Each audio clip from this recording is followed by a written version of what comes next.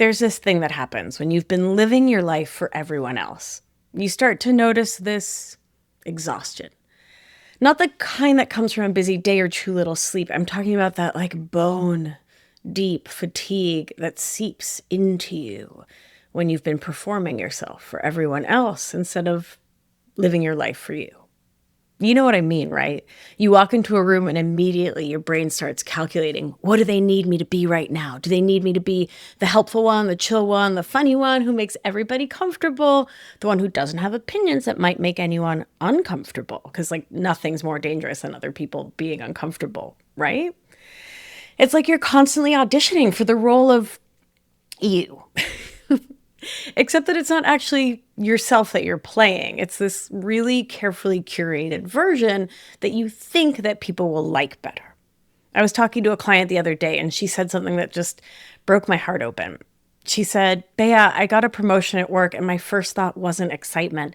It was panic. Because now I have to figure out how to be the version of me that deserves this promotion. Yikes. Right, baby, like, wait, what? You already are the person who deserves the promotion. That's why you got it. But this is what happens when we've been performing our identity and our self for so long. We start to believe that the real us, the messy, imperfect, sometimes cranky, sometimes brilliant us isn't good enough. So we put on the costume, we tap dance for our lovability, and we hope that nobody notices the person underneath. The wild thing is, most of us learned to do this when we were really tiny, like 5 years old, maybe younger. Being good meant staying safe, staying lovable, staying approved of. Being easy meant the adults stayed calm. Being what they needed us to be meant we got to stay close to the people we loved. We didn't risk abandonment, rejection, disapproval, discomfort. And listen, it worked. It worked. And so that's the thing that makes it so hard to let go of. You got the gold stars. You got the praise. Oh, you're just such a good girl. You're so mature. You never cause any problems. You know, you're a really old soul. You're so grown for your age. But somewhere along the way, you start to realize that all those people, well, they fell in love with your performance of self, not with real you, true you. The authentic you under it all. And that is like existentially terrifying. Because what if you stop performing and nobody likes who you actually are? What if? This is emotional outsourcing in action. When you've outsourced your identity to what other people need you to be or what you think other people need you to be. When you've lost track of who you actually are underneath all that careful presentation. Here's what I want you to know. The people who only love your performance, they are not your people. Never have been. Maybe could be, but I don't know. The people who need you to be small, quiet, agreeable, convenient, they're not loving you.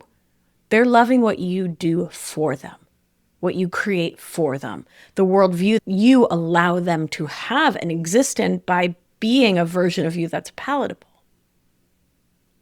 Meanwhile, real love doesn't require a costume. No tap dancing required for real, true, authentic, grounded, open-hearted love, love, love. That's what my book, End Emotional Outsourcing, is all about. It's about helping you to take off the mask and discover that you, yes, you were never too much. You were never not enough. You are just a sweet little human humaning along, trying to stay safe in a world that doesn't always feel safe.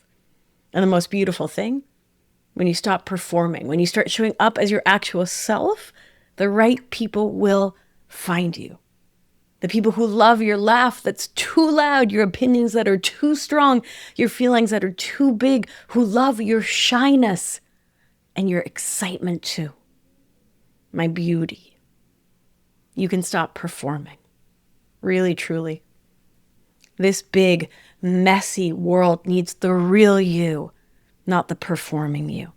And I cannot wait to share my new book with you, where I'll teach you all about it. See you there. Ciao.